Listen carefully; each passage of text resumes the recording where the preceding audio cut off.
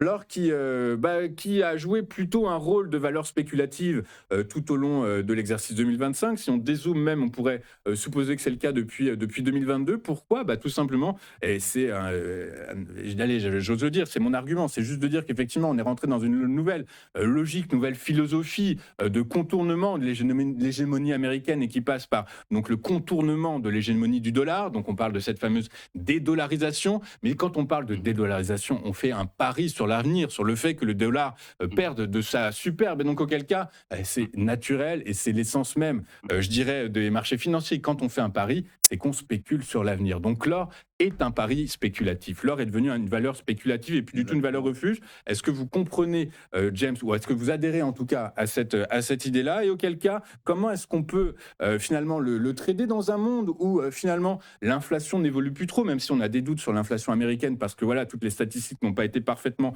compilées, même si effectivement, alors le plan de paix en Ukraine continue d'être Mmh. discuté, mais en Europe, on est confiant, Moscou un peu moins, mais bon, on s'attendait pas à ce que Moscou nous dise que la paix est derrière la porte, mais donc globalement, le monde s'apaise. Du coup, par la force des choses, eh bien, est-ce qu'il ne faut pas s'attendre à ce que l'or recule au cours de 2026, James? Alors, encore une très bonne question. En fait, ce que je vais revenir sur ce que vous disiez justement, le biais reste haussier, bien sûr. On a eu une hausse donc de 65 depuis 2025, il y a même une hausse avec son ATH de 67. La hausse, elle est due à quoi? Elle est due justement aux taux qui sont plus bas, un dollar qui est faible, comme vous l'avez annoncé. On a aussi un achat des banques centrales, hein, Turquie, Pologne, et cetera, et encore d'autres pays, bien sûr, et les tensions géopolitiques, dont vous parliez.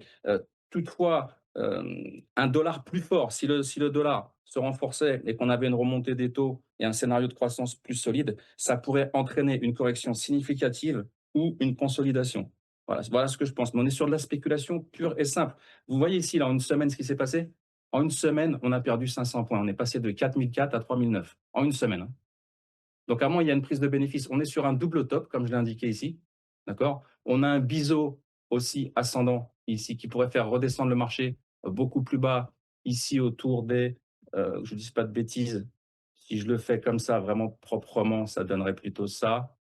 Voilà, on irait rechercher le plus bas, les 3900, quoi, les 3900 à peu près, ouais. Voilà. Les targets que je vous ai mis ici, toujours calculés avec Fibonacci, Ishimoku, et cetera. Donc à la hausse, ce serait les 4400, 48, 4519, 4692, et à la baisse, on irait plutôt chercher, les niveaux dont je vous ai indiqué tout à l'heure, les 4175 pour commencer, d'accord? Les 4100, 4866 et 4397.